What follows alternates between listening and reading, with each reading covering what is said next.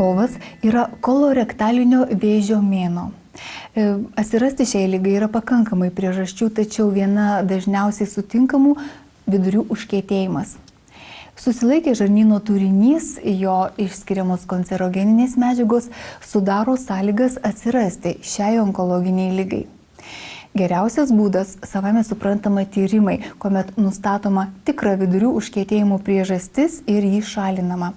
Bet kol susiruošite apsilankyti pas gydytoją, yra ir kitų priemonių, kurias naudodami galite palengvinti savo gyvenimą ir pagerinti peristatikos procesą.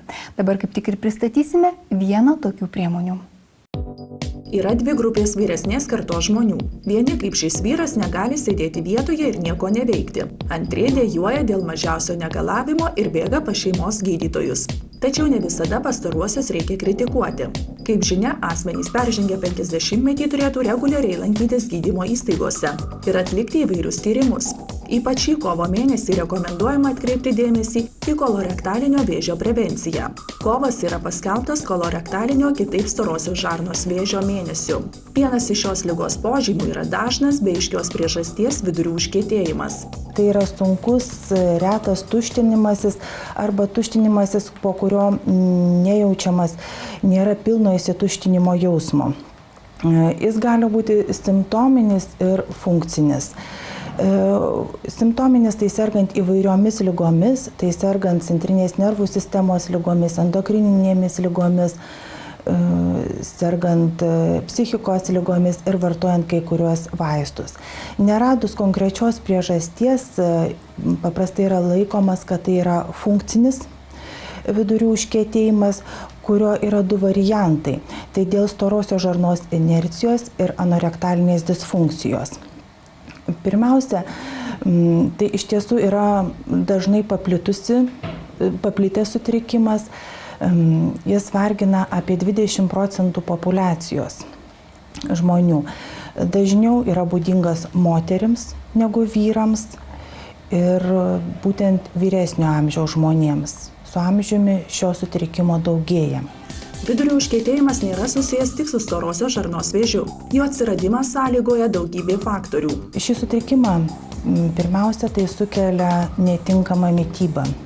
Jeigu tai yra funkcinis vidurių užkietėjimas, tai yra pirmiausia sukeliamas netinkamos mitybos. Tai kai žmogus nepakankamai vartoja ląstelienos turinčių produktų, daug ląstelienos turinčių produktų, vartoja išvalytą, išgrynintą maistą, nepakankamai vartoja skysčių, geria skysčių, yra nepakankamas fizinis aktyvumas ir taip pat gali būti psichologiniais ypatybės, dėl ko sutrinka ir gali būti viena iš priežasčių blogi tuštinimosi įpročiai. Esant funkciniam vidurių užkietėjimui rekomenduojama gerti daug skysčių, valgyti ląstelienos turintį maistą, jei nebūtina nevartoti vaistų galinčių sukelti vidurių užkietėjimą. Būti fiziškai aktyviems. Profilaktiškai medikai rekomenduoja Forlax, kuris nesukelia pripratimo. Tai komfortiškas gydymo būdas, tai yra Forlax dažniausiai nesukelia staigaus noro įsituštinti. Tačiau žmogus lengvai įsituština paros 2 bėgyje. Forlax nedirgina žarnyno ir veikia švelniai, bet užtikrintai. Preparatas ištirpinamas vandenyje ir jį prisijungia, suriša. Preparatas su vandeniu žarnyne suminkština užkietėjusias išmatas ir kartu su jomis pasišalina lauk. Reikia gerti 1-2 paketėlius per parą. Paros dozę geriau gerti iš karto ryte. Kiekvieno paketėlio turinį prieš pat vartojimą reikia ištirpinti stiklinėje vandens. Rekomenduojamas gydymo kursas 2 savaitės.